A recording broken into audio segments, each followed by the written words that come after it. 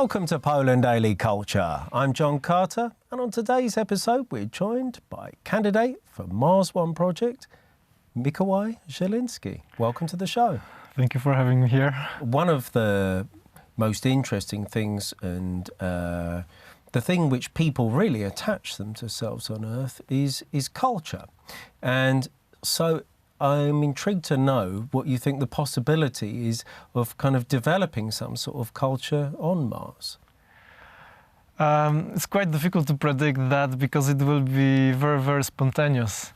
I don't know if the fact that we will be in reduced gravity, like for example, when traveling from Earth to Mars 7 months in weightlessness, zero gravity, this may be not enough time to okay, maybe one of astronauts on board will create some piece of art, which will be possible to create only in zero gravity. Mm-hmm. I don't know.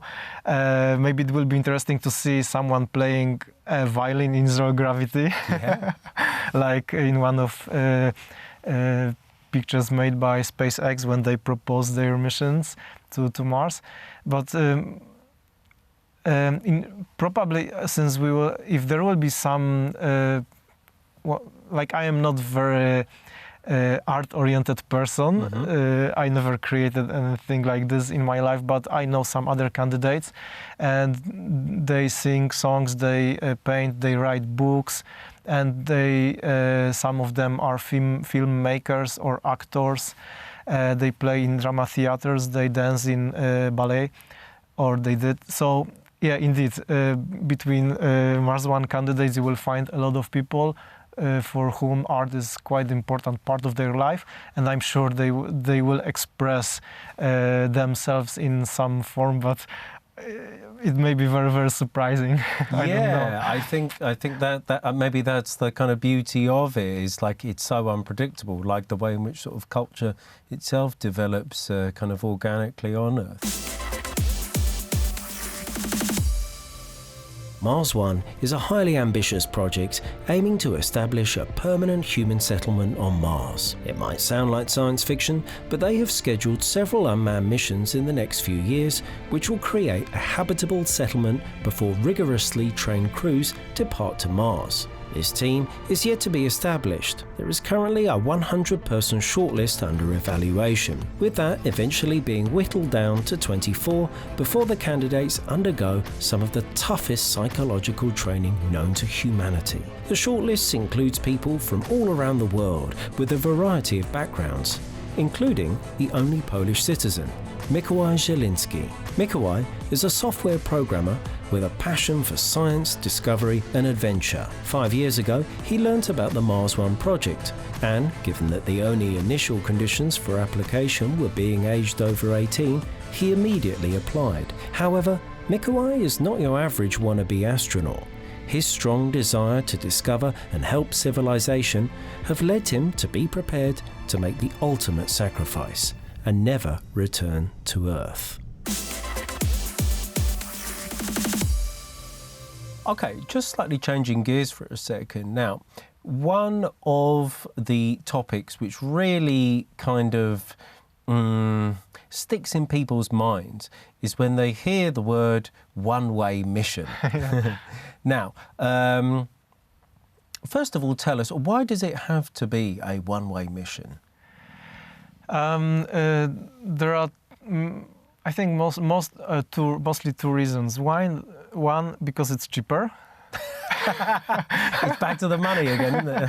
Yeah, unfortunately, it can be even 100 times cheaper if you. What makes this is maybe one of reasons why we didn't go to Mars yet.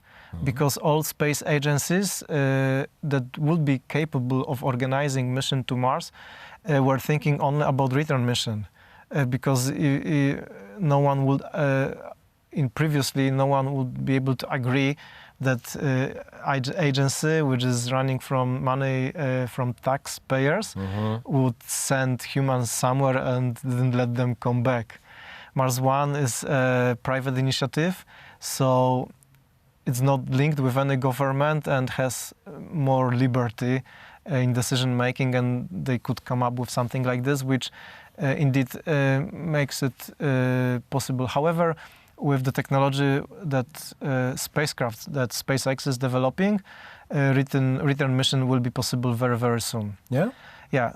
And another thing is that I was asked during the interview if imagine that after 2 years of living on Mars, another crew is coming, and the spacecraft that brought them will be coming to Earth, and there will be opportunity to come back to Earth. Do you take it? Do you go to Earth or you stay on Mars? And I answered no. I would be interested.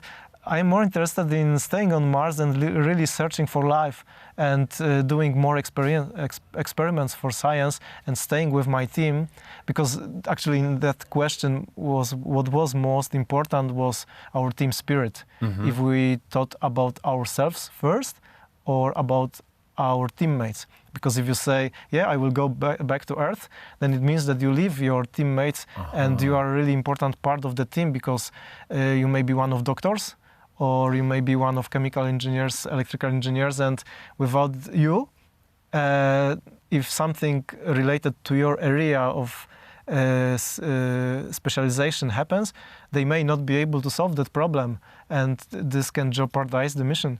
So if we go there together, we stay together because we just must be together as a team, and there is no more an individual. We are the team, like a one unit, and this is another important thing. And so, just relating to that, what is your specialization? I don't know yet. We didn't decide on such things yet, because first, we are still in the middle of the selection process.